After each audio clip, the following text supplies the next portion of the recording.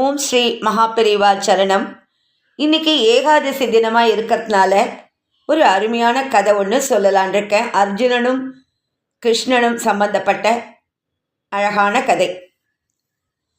அர்ஜுனனும் கிருஷ்ணனும் ஒரு சமயம் ஊருக்கு வெளியில் உலாவிக் கொண்டிருந்த போது வழியில் மரத்தடியில் உட்கார்ந்திருந்த ஒரு வயோதிகர் ஏதாவது தர்மம் செய்யும்படி கேட்டார். அர்ஜுனன் மனமிறங்கி 1000 பொற்காசுகளை கொடுக்க, ஆஹா, இது நம் குடும்பத்திற்கு 1 வருடத்திற்காவது உபயோகப்படுமே என்று நினைத்து சந்தோஷத்தோடு வீட்டிற்கு எடுத்து சென்றார் அந்த முதியவர். இதை தூரத்திலிருந்து கவனித்த திருடன் ஒருவன் திருடி சென்று விட்டான். அவரிடமிருந்து திருடி கொண்டு போய்விட்டான். சுமார் 10 தினங்கள் கழிந்து மீண்டும் அவ்வழியே வந்த அர்ஜுனன் இதை கேள்விப்பட்டு, இந்த முறை விலை உயர்ந்த நவரத்தின கல்லை கொடுத்து இதையாவது பத்திரமாக வைத்திருந்து வாழ்க்கையை சுகமாக கழியுங்கள் என்றான். இந்த முறை மிக கவனத்துடன் அதை வீட்டிற்கு கொண்டு சென்றவன் தன் மனைவி பிள்ளைகளிடம் கூட சொல்லாமல் பரனில் இருந்த ஒரு பானையில் போட்டு வைத்து அவ்வப்போது வீட்டில் யாருமில்லாத சமயம் மட்டும் எடுத்து பார்த்து கொண்டு கவனமாக பாதுகாத்து வந்தான். இதை அறியாத அவன் மனைவி ஒரு முறை பரனில் இருந்த அந்த பானையை எடுத்துக்கொண்டு பக்கத்தில் இருந்த ஆற்றிற்கு நீர் எடுக்க சென்றாள். அப்போது பானையை கழுவும் போது அது ஆற்றில் தவறி விழுந்துவிட்டது. அவள் நீர் எடுத்து வீட்டில் நுழையும் சமயம் வெளியே சென்ற வயோதிகர் அந்த குடத்தை பார்த்து அதிர்ச்சியாகி எங்கே அதில் இருந்த கல் என்று மனைவியை கேட்டான்.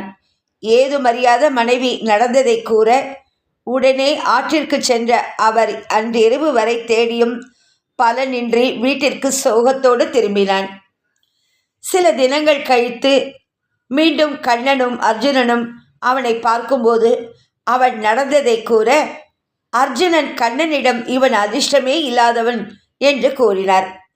அதை ஆமோதித்த கண்ணனும், இந்த முறை நீ இவனுக்கு 2 வராகன்களை மட்டும் கொடு என்றார்.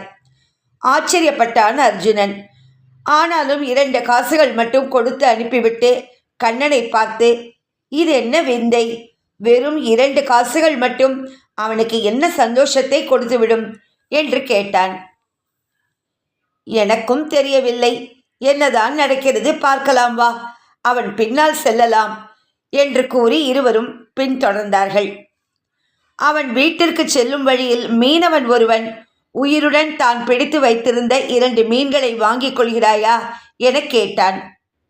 உடனே தனக்குள் யோசித்த இந்த முதியவர், இந்த 2 சாதாரண காசு எப்படியும் தன் குடும்பத்திற்கு ஒருவேளை பசியை கூட போக்காது என நினைத்து அந்த மீன்களை விலை கொடுத்து வாங்கி ஆற்றிலே திரும்ப விட வேண்டும் என்ற முடிவுடன் வாங்கிவிட்டான்.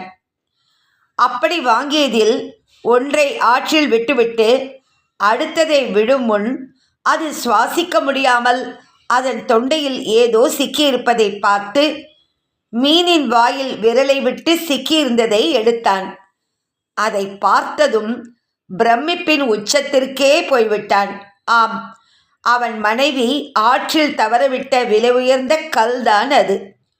உடனே சந்தோஷத்தின் மிகுதியால் என்னிடமே சிக்கிவிட்டது என்று கூச்சலிட்டான். அதே நேரம் யதார்த்தமாக அவ்வழியே இவளிடம் கொள்ளையடித்த திருடன் வர அவன் திடுக்கிட்டு தன்னைத்தான் கூறுகிறான் என்று எண்ணி திரும்ப ஓடுகையில் கண்ணனும் அர்ஜுனனும் அவனை பிடித்து விட்டார்கள். அவன் எல்லாவற்றையும் ஒப்புக்கொண்டு இவனிடம் களவாடியது மட்டுமல்லாது மற்ற காசுகள் மற்றும் அணிகலன்கள் எல்லாவற்றையும் கொடுத்து விட்டான். அதை அனைத்தையும் வயோதிகருக்கு கொடுத்து அனுப்பிவிட்டு ஆச்சரியப்பட்டு போன அர்ஜுனன் கண்ணனிடம் இது எப்படி சாத்தியம் என்று கேட்க, கண்ணனும் சிரித்து கொண்டே, இந்த வயோதிகர் நீ முன்பு கொடுத்ததை தனக்கும் தன் குடும்பத்துக்கு மட்டுமே எடுத்து செல்ல வேண்டும் என எண்ணினார். அடுத்து நீ கொடுத்த விலை உயர்ந்த கல்லை தானும் உபயோகிக்காமல் மற்றவருக்கும் பயன்படாமல் ஒளித்து வைத்திருந்தார். ஆகவே அவை 2ம் அவரிடம் தங்கவில்லை. ஆனால் இப்போதோ தன்னிடம் இருந்தது மிக குறைவானது என்பது தெரிந்தும் தனக்கு உதவாவிட்டாலும் இன்னொரு உயிராவது வாழட்டுமே என தன்னலமில்லாது நினைத்ததால் அவனை விட்டு சென்ற செல்வம் அவனுக்கே கிடைத்தது. இதில் எனது செயல் ஏதும் இல்லை என்று கூறினார். இவ்வளோ ஒரு அருமையான கதை. இதை போலத்தான் ஒவ்வொருவரும் பலனை எதிர்பார்க்காமல் செய்கின்ற செயல்கள் உரிய நேரத்தில் பயனளிக்கும். இதைத் தொடர்ந்து இன்னொரு அருமையான குட்டி கதை ஒன்று சொல்லலான் இருக்க.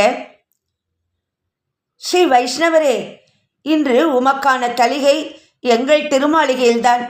மறக்காமல் ஆத்துக்காரியும் அழைச்சிண்டு இன்று மதியம் எங்கள் அகத்திற்கு வாரும். பாகவத பிரசாதம் மறுக்கத்தான் முடியுமா? தன்னவளையும் தன்னுடன் அழைத்து கொண்டு அழைத்தவர் வீட்டிற்கு விருந்துண்ண சென்றார் அந்த ஸ்ரீ வைஷ்ணவர். நல்ல மரியாதை செய்து இருவரையும் அமர வைத்து விருந்துண்ண செய்தார் அழைத்த வைஷ்ணவர். வயிறு நிரம்பியதா ஸ்ரீ வைஷ்ணவரே? மனதும் நிரம்பியது. வைஷ்ணவரே, விழுந்து விழுந்து கவனித்த உம் பேரன்பிலே நாங்கள் விழுந்தே போனோம். எங்காத்து தளிகை எப்படி? பகவானின் பிரசாதம் அது. வார்த்தைகளுக்குள் அடங்காதது. அருமை என்ற ஒற்றை சொல்லில் அதன் சுவையை நான் உணர்த்திவிட முடியாது. கவியாக பாடட்டுமா? அத்தனை சிறப்பாய் இருந்தது அத்தளிகை. ஓய், பொய்யொன்றும் இல்லையே. கவிதைக்கு பொய் அழகு, அதனை நானும் அறிந்துள்ளேன். உம் கவியும் பொய்தானோ? அதில் பொய்யே இருக்காது. கேட்டுத்தான் பாருமே. கண்ணமது கோவில், கரியமது விண்ணகர், அன்னமது வில்லிபுத்தூர் ஆனதே என்னும் சாற்றமது மல்லை, குழம்பமது குருகூர், பருப்பதனில் திருமலையே பார். அவரது திருவடிகளில் விழுந்து சேவித்தார் விருந்து கொடுத்தவர். எங்காத்து தளிகையில் இத்தனை திவ்ய தேசமா? கண்களில் நீர் பனிக்க வந்தவர்களை வழி அனுப்பி வைத்தார். வீட்டிற்கு வந்ததும் மனைவி கேட்கிறாள், ஏன்னா கோச்சுக்காதீங்கோ, கவி பாடும் அளவிற்கா அவாத்து தளிகை இருந்தது? நானும் தான் தினமும் எத்தனையோ செய்கிறேன், ஒரு திவ்ய தேசமும் காணோமே. அடியே மண்டு, நமக்கு நாமே பாராட்டிக் கொள்வதற்கு பெயரா தாம்பத்தியம்? என் சுவை நீ அறிவாய், உன் குறை நான் அறியேன். அந்த பாட்டுக்கு உனக்கு அர்த்தம் புரியலையா? அந்த அளவுக்கு ஞானம் இருந்தால் உங்க ஆத்துக்கு நான் ஏன் வாக்கப்பட போகிறேன்? நான் மண்டுதான், நீங்களே சொல்லுங்கோ. கண்ணமது கோவில்.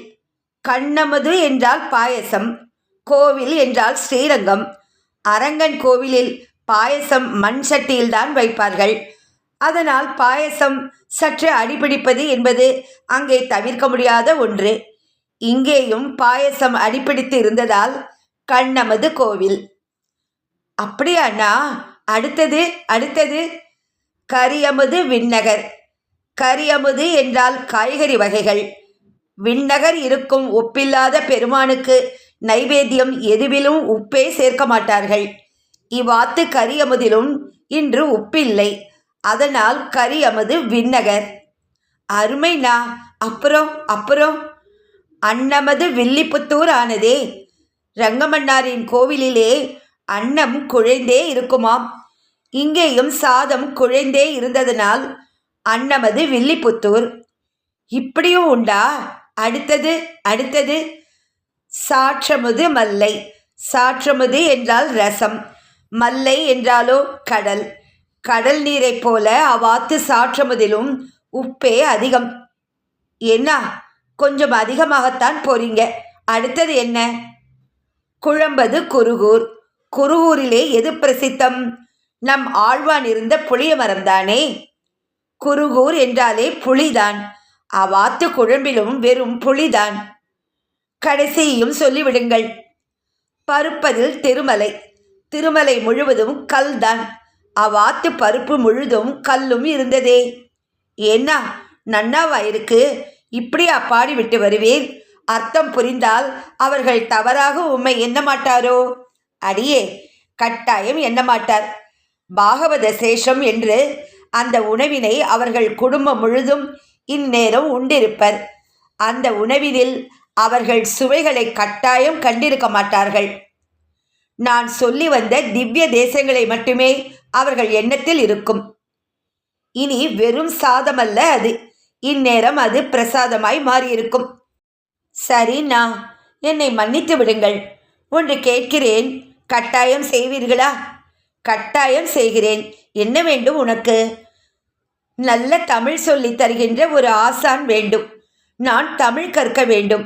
நாளை என் சமையலில் எந்த திவ்ய தேசம் மறைந்து வருகிறது என நானும் அறிய வேண்டும். இத்துடன் இந்த சிறிய கதை முடிவடைந்தது. சின்ன கதையாக இருந்தாலும் இதில் எவ்வளோ அழகான ஒரு கவித்திறனோடு அமைந்திருக்கிறது இந்த கதை. அழகான கவி பாடியிருக்கிறார் அந்த சமையலை பற்றி. ஹரே ராம ராம ராம ஹரே ஹரே, ஹரே கிருஷ்ண கிருஷ்ண கிருஷ்ண ஹரே ஹரே, ஹரே ராம ராம ராம ஹரே ஹரே, ஹரே கிருஷ்ண கிருஷ்ண கிருஷ்ண ஹரே ஹரே. ராதே கிருஷ்ணா. ஓம் ஸ்ரீ மகாபரிவா சரணம். நமஸ்காரம்.